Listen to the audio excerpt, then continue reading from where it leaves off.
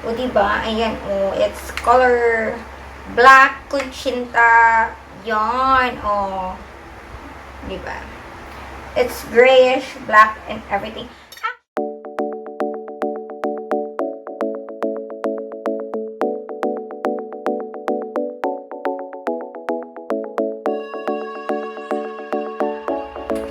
Hello everyone! So, this is me, Jasmine at Marie. So, for today, medyo naisipan kong gumawa ng kutsinta because nai-intrigue ako sa mga nakikita ko sa Facebook, YouTube, ganyan. So, kutsinta. I think medyo konti lang yung gagawin ko for today because parang ako lang naman yung kakain. Diba? So, what are the ingredients and the things that we need? First is we need this one. It's an all-purpose flour. This is a cassava starch. And then we also need brown sugar, water. Instead of pandan extract, I'm going to use vanilla flavor or vanilla extract because wala akong pandan extract.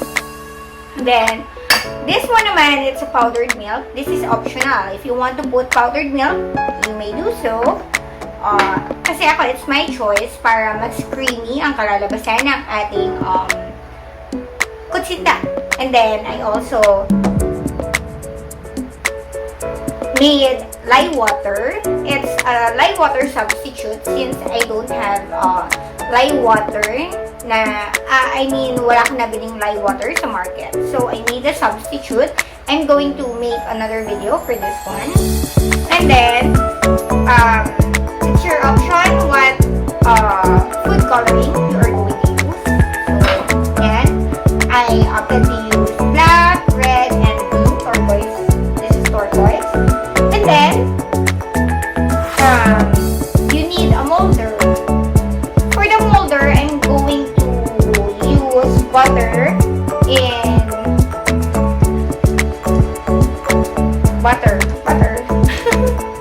hindi ko na tawag. I'm going to use butter in the molder. Tapos, we need the whisk and a bowl. Okay? So, let's start it.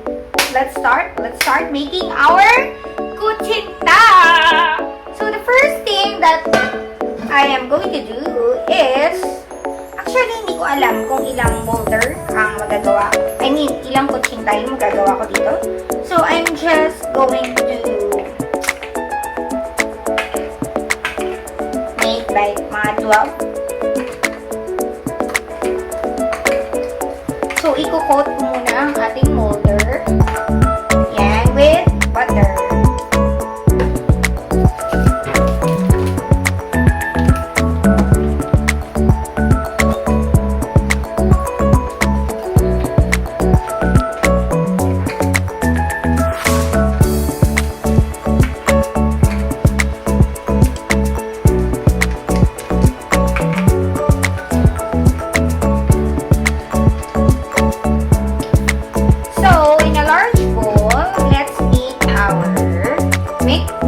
Let's mix our all-purpose flour. This is sifted.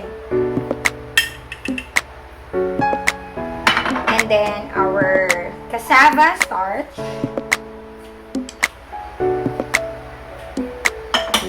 Then the brown sugar.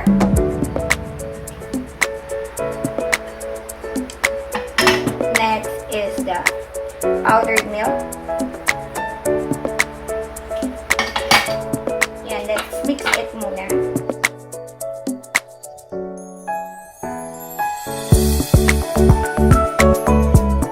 Then, let us put our lye water. Then, butter.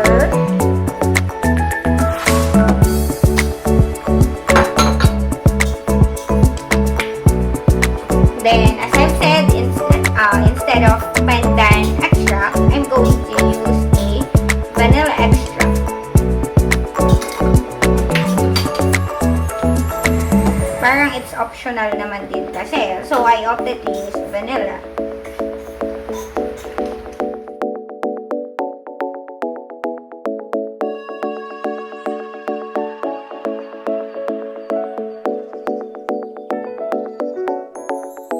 Yan, medyo hindi pa siya tunaw. I don't know bakit hindi siya super tunaw. Well, anyway, I'm going to strain it naman. Strain.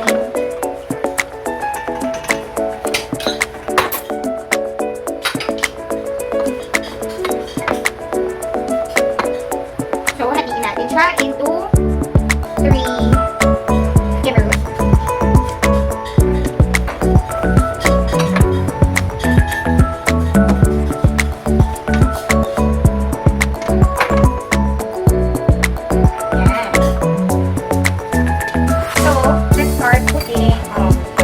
Coloring in each bowl.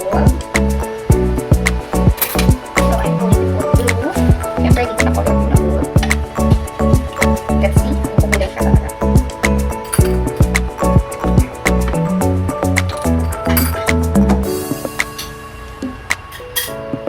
Then red.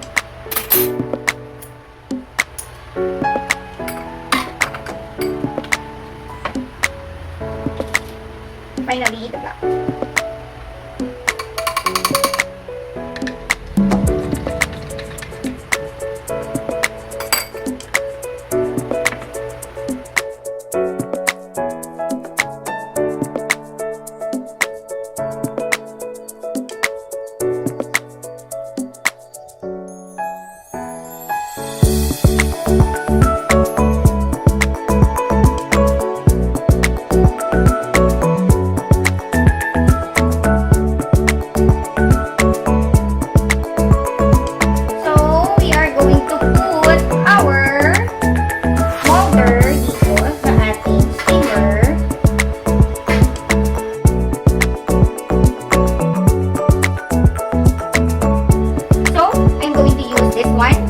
This is 1 tablespoon. Tingnan natin kung hanggang saan ang kanyang malalagay. So, I think mga 2 tablespoon.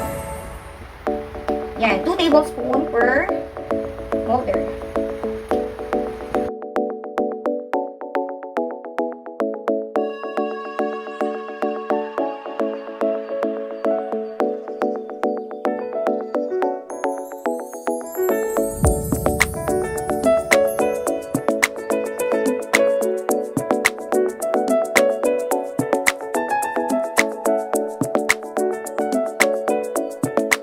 So, since the water is already boiling, we are going to put our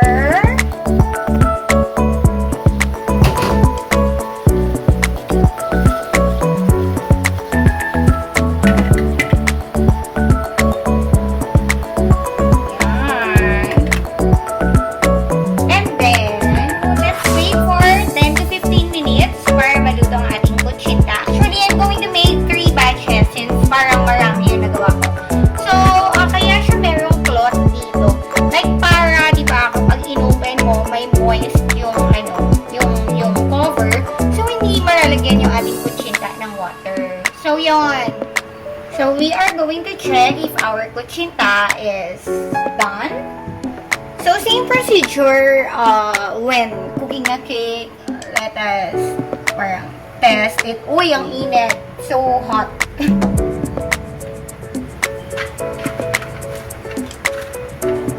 Super init. Oh my goodness. Ay, so init. Oh. Actually, it's not yet done. Siguro, a few more minutes. So, let's now check our kutsinta. Ta-da! I think this one is done. So, patayin muna natin. I'm going to transfer it na here sa ating cooling rack. So, after I salang all the after I finished all the kutsinta, I am going to make our dipping.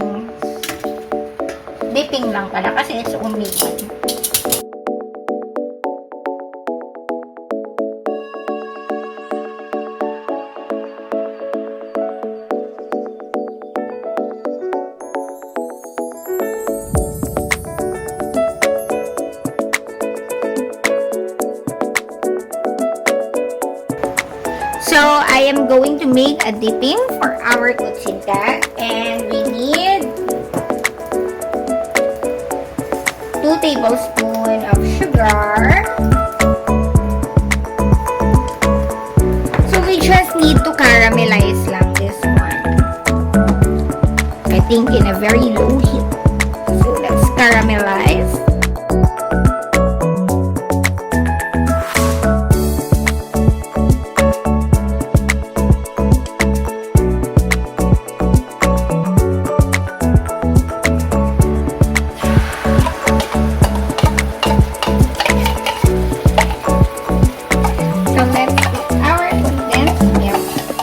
Pero nalagay na.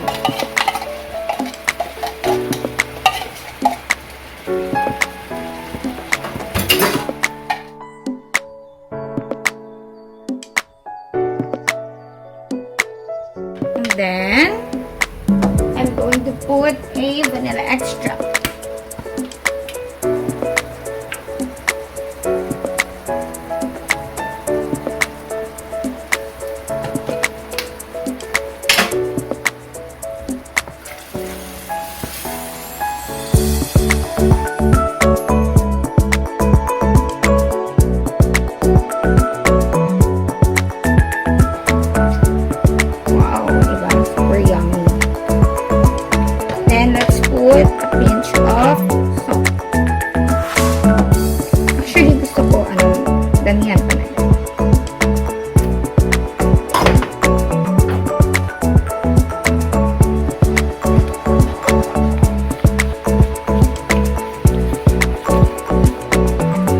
This is our yema dipping for our kutsinta. Diba? All made from scratch. Let's try it on. Ano lang natin, i-arrange lang natin. And then let's try it on if okay na okay ba ang lasa ng ating ginawa ngayong hapon. So, eto na ang ating kutsinta. And then, I'm going to remove lang all the kutsinta in the mold. Tapos, I'm going to put in the plate para sa ating plating Cameroon. So, let's start na. O, diba? Ayan, it's color black kutsinta. Yan, it's grayish, black, and everything. Actually, I really have a hard time in this color red kutsinta. Look at the, Pero, anyway, okay naman na siya. Ready to eat na siya. So, ayun. So, it's my first time making kutsinta. So, I think, let's try it if nag-success ba tayo sa ating kutsinta.